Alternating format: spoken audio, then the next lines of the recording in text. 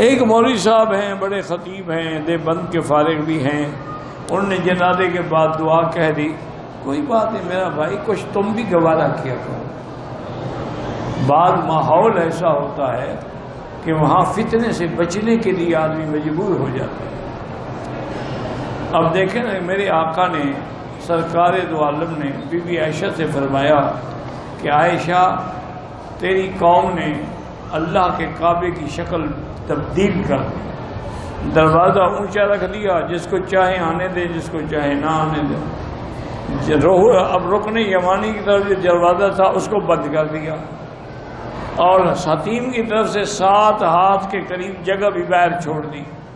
فرمایا میرا دل کرتا ہے کہ میں کعبۃ اللہ کو اثر نو تعمیر کروں، اس علاقے کو بھی کعبے میں داخل کروں، 2 دروازے رکھوں اور دروازے بھی نیچے ہوں، ایک سے لوگ داخل ہوں، دوسرے سے لوگ نکل جائیں۔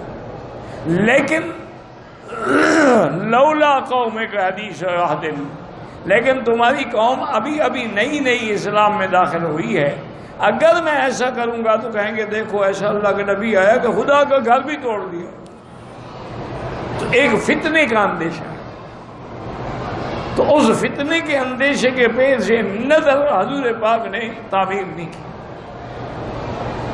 تو کبھی ایسا بھی ہوتا ہے کہ اگر فتنے کا اندیشہ ہو تو اس سے بچنے کے لیے آدمی نے ایسا کر لیا۔